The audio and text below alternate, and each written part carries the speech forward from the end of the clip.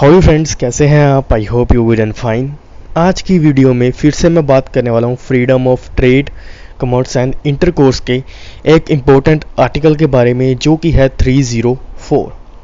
Article 304 के अंदर हम जानेंगे कि स्टेट को कौन सी पावर्स दी गई हैं और फ्रीडम ऑफ ट्रेड के ऊपर कौन सी रिस्ट्रिक्शन इम्पोज की गई हैं बाय कॉन्स्टिट्यूशन ऑफ इंडिया।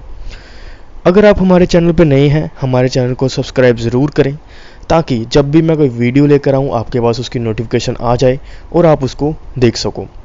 चलिए स्टार्ट करते हैं आज की वीडियो बिना किसी देरी से।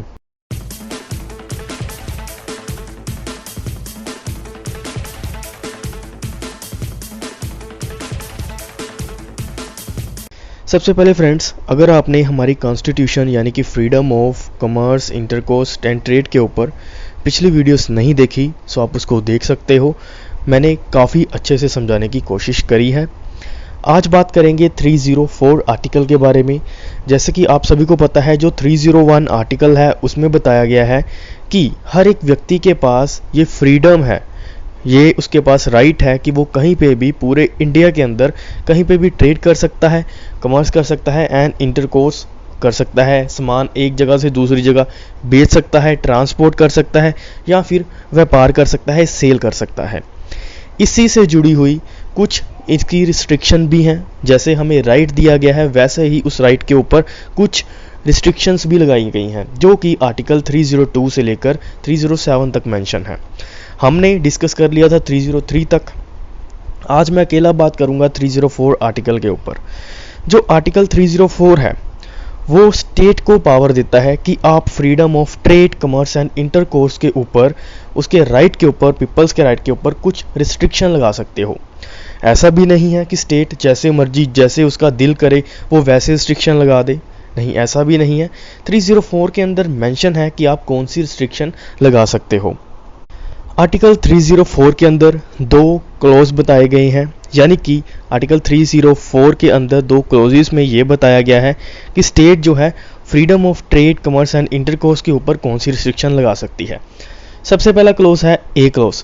ए क्लॉज के अंदर ये बताया गया है कि स्टेट के पास ये पावर है कि वो रिस्ट्रिक्शन लगा सकती है फ्रीडम ऑफ ट्रेड के ऊपर, लेकिन वो रिस्ट्रिक्शन कहाँ पे लगेगी? वो रिस्ट्रिक्शन लगेगी टैक्स के ऊपर।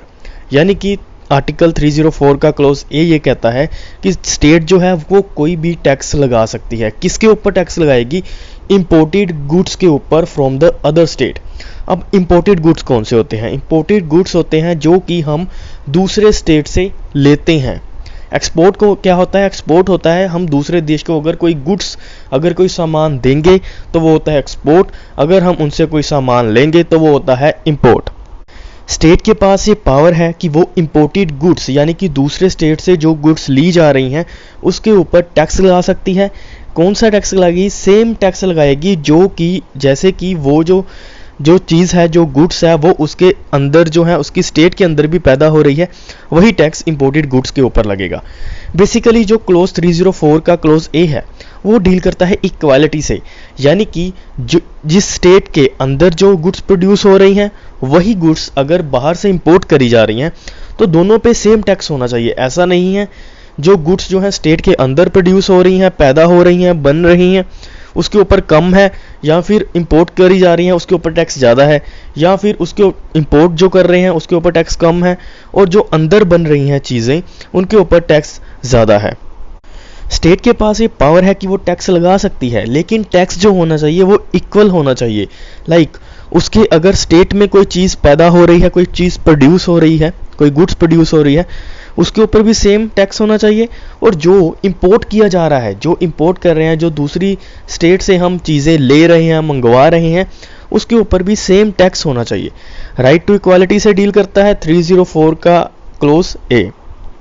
अब मैं फ्रेंड्स आपको एक केस लॉ बताता हूँ, Kalyani stores versus state of Odisha. इस केस में क्या होता? इस केस में जो उड़ीसा की स्टेट थी उसने जो थी एक टैक्स लगा दिया था, किसके ऊपर? फॉरेन लिक्वर के ऊपर। फॉरेन लिक्वर जो होता है, अल्कोहल जो होती हैं, फॉरेन से इंपोर्ट करी जा रही थी उस स्टेट के अंदर, उड़ीसा के अंदर। सो उड़ीसा ने क्या किया था? उड़ीसा ने उसके ऊपर ज़्यादा टैक्स लगा दिया था। और ये केस कहाँ पे चला? ये केस सुप्रीम कोर्ट में चला।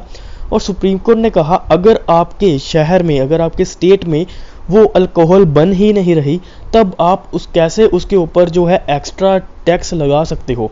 अगर आपके स्टेट में सेम अल्कोहल बन रही है, तब आप जितना मर्जी उसके ऊपर टैक्स लगाइए। अपनी जो स्टेट के अंदर जो आपके बन रहा होगा अल्कोहल, उसके ऊपर भी सेम टैक्स होना चाहिए।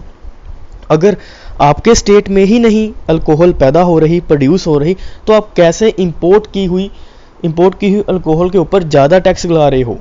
ऐसे डिस्क्रिमिनेशन नहीं कर सकते आप। ओके, ये सुप्रीम कोर्ट ने कहा था और ये राइट टू इक्वालिटी के ऊपर बेस है, जो कि डील करता है आर्टिकल 14 से।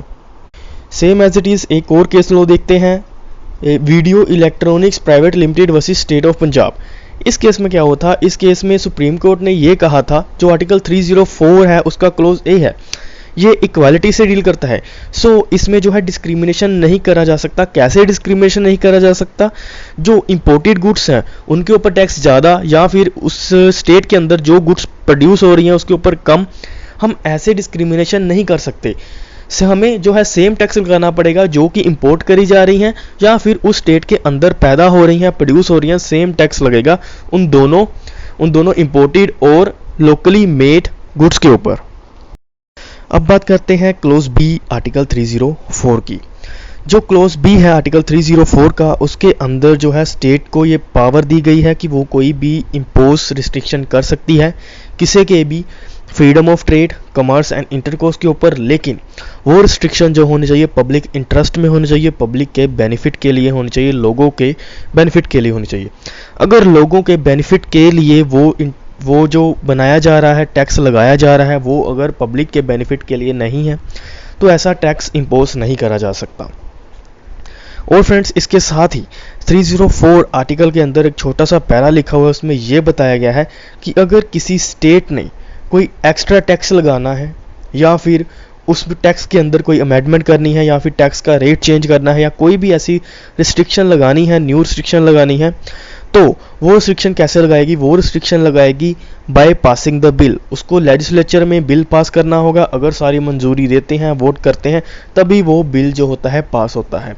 इसके लिए जो लेजिस्लेचर ने अगर कोई रिस्ट्रिक्शन लगानी है, तो बिल पास करने से पहले, बिल इंट्रोड्यूस करने से पहले, लेजिस्लेचर में या फिर अमेंडमेंट करने से पहले, उसमें चेंजेस करने से पहले टैक्स के अंदर उसकी परमिशन लेनी पड़ेगी। स्टेट को किससे परमिशन लेनी पड़ेगी? प्रेसिडेंट ऑफ इंडिया से, हमारे भारत के राष्ट्रपति से ये परमिशन लेनी पड़ेगी कि हम इस स्टेट में ये टैक्स लगा रहे हैं, या फिर इस टैक्स में ये चेंजेस कर रहे हैं, या फिर कुछ भी ऐसी नई रिस्ट्रिक्शन लगानी है, तो उसको जो है प्रेसिडेंट ऑफ इंडिया से परमिशन जो है लेनी पड़ेगी according to article 304 Indian constitution.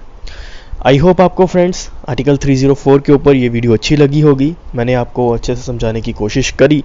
अगर आपको फिर भी कोई डाउट है, आप मुझे कमेंट बॉक्स में जाइए, क्वेश्चन करिए, मैं आपके क्वेश्चंस का ज़रूर आंसर करूँगा।